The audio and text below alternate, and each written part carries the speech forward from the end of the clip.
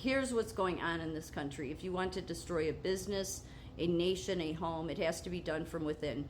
Put the weakest in charge, and that's what's happening. To a certain extent, but I think it's worse than that. I don't think they're just weak. They're likely were born corruptedly minded. So, and I say some. It depends. It depends on what industry you're talking about. So, in my situation with nursing, everybody knows that what the chief nursing officer is doing is wrong. Every other nurse in the building knows it's wrong.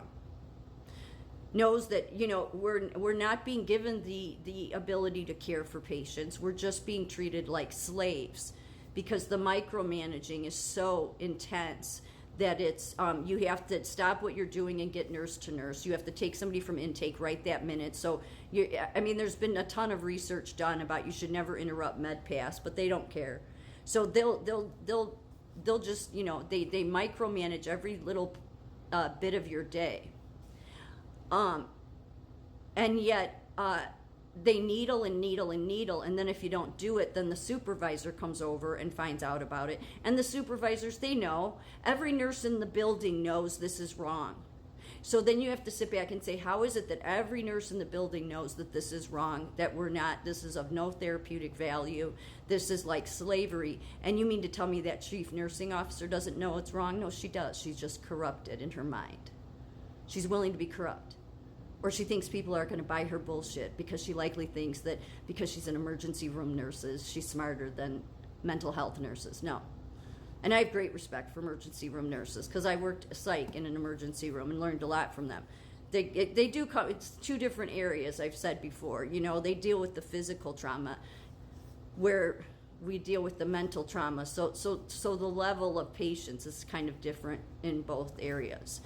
There's not a lot of people that can't deal with psych. So, but there's no way that every nurse in the building knows this is wrong, knows that this chief nursing officer, what she's doing is wrong, and knows that what the doctor, who I don't even know if they're like a doctor of psychology or something, knows that she's wrong too, but she's at the very top. So they think they get away with it, but they're not going to. They're not going to. But when you're in a care profession and you're doing that as a leader, no, you're more than just a weak leader. It's more than being weak. It shows that you're just corrupted in your mind. Now that may seem harsh because most people want to make excuses and say, well, maybe they're just this or that. No. These are basic things. Like we've known for decades that you don't interrupt med pass because it can lead to med errors. We know that the basics for what the ratio for a psych nurse in an acute setting for psych patients should be 6, 8 max, okay? But you give 12 and you want to take it up to 16. Then you are somebody who shouldn't work in healthcare. But you came from the association level, and I've never seen those people care. While those people cared about having open borders, they didn't care about more trafficked victims. While they cared about pushing gender-affirming care, all these associations, they didn't care about what the science we know of the frontal lobe. Everything, the side they've stood on, and they still do to this day because they never walk anything back and they never will. The corruption throughout those associations, I no doubt, I think they're just government controlled. They're the government, really. So then these association nurses think that they're protected because they have all these associations above them that will protect them. Yeah, I don't think that's going to last very long. I don't. I first of all, nobody has any respect for you. Okay, so likely she doesn't care. I mean, this is not my first time running into these type chief nursing officers, unfortunately. But the thing is that the most important part of what a psych nurse does is spending time with patients. We do not have that at all.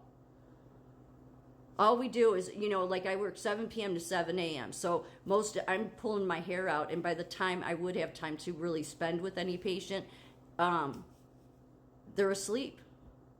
Or there's some crisis because they put somebody on a unit that shouldn't be there. The other thing they do is because we have some social workers in this country, not all, but do not recognize that people should go to jail when they've committed crimes. Not everybody that's committed a crime should go into the psych unit, okay? Like anybody can say, oh, I'm suicidal. Well, they can be on suicidal watch in prison. It's stuff like that. But this place, you got people with ankle monitors in there. You got people that are they're not even using criteria anymore. Like there's usually, you have to meet a criteria to admit somebody into an inpatient psych.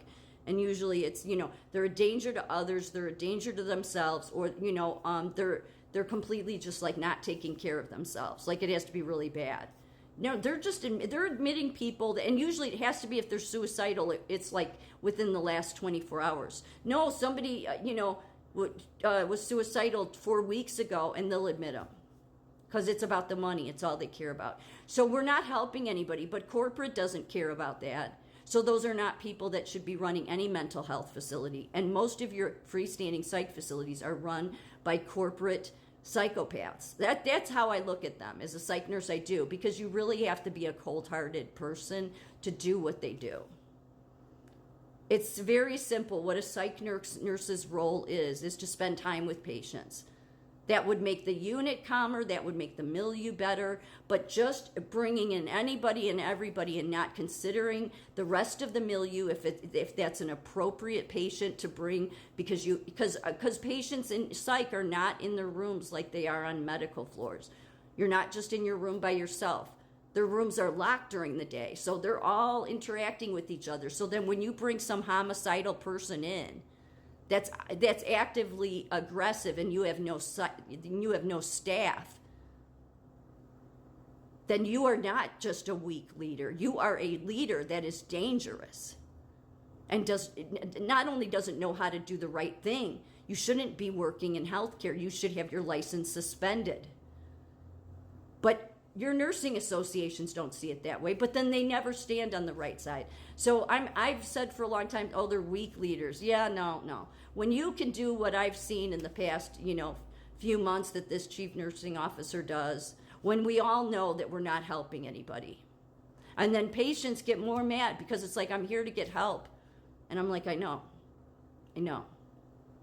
You are. And that's why, in my opinion, until we have leaders in place that stand up for the right thing and care about nurses having a ratio of 6 to 8 patients and no more than that in psych, even if it means you have to send somebody to a different hospital.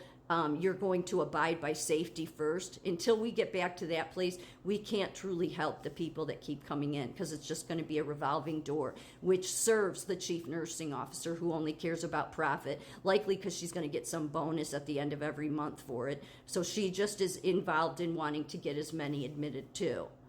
It's a total disgrace. Somebody who absolutely should not work in healthcare. So no, when it comes to healthcare, that's a whole different level of leadership that I don't think is, in some cases weak, but what she's done is she's literally gone out of her way to make stress from home. Because there's no reason that a nurse to nurse, that's when you call another hospital to get information about a patient, that can wait until MedPass, so that MedPass is done safely and you're not interrupting nurses. She knows that. Every nurse in the country knows that. But she not only doesn't care, she goes out of her way to micromanage to where she does everything what you're not supposed to do. So that's more than just a weak leader. That's somebody that shouldn't be a nurse. Probably didn't get into it for the right reasons, but she serves the association level because that's the leadership for nursing is just a very bad example of what a nurse is. It used to be when assessing a patient, if they're going to come on the unit, the psych nurse used to be involved. They took us out of that process because we would recognize this isn't the best fit, and we would tell the psychiatrist, and the psychiatrist would usually agree with us. So then what they've done now is they're just accepting people. I don't even know half the time if they're getting a doctor's approval. Don't know. Because they do whatever they want to do. So some of these people need to be criminally charged. But what's the worst part about this is, especially with all of this trafficking and rape that's now being exposed, is it would be good if we could get some leadership that actually puts the values of mental health first and safety, and putting patients as the priority and no longer the profit makers and corporate how it is.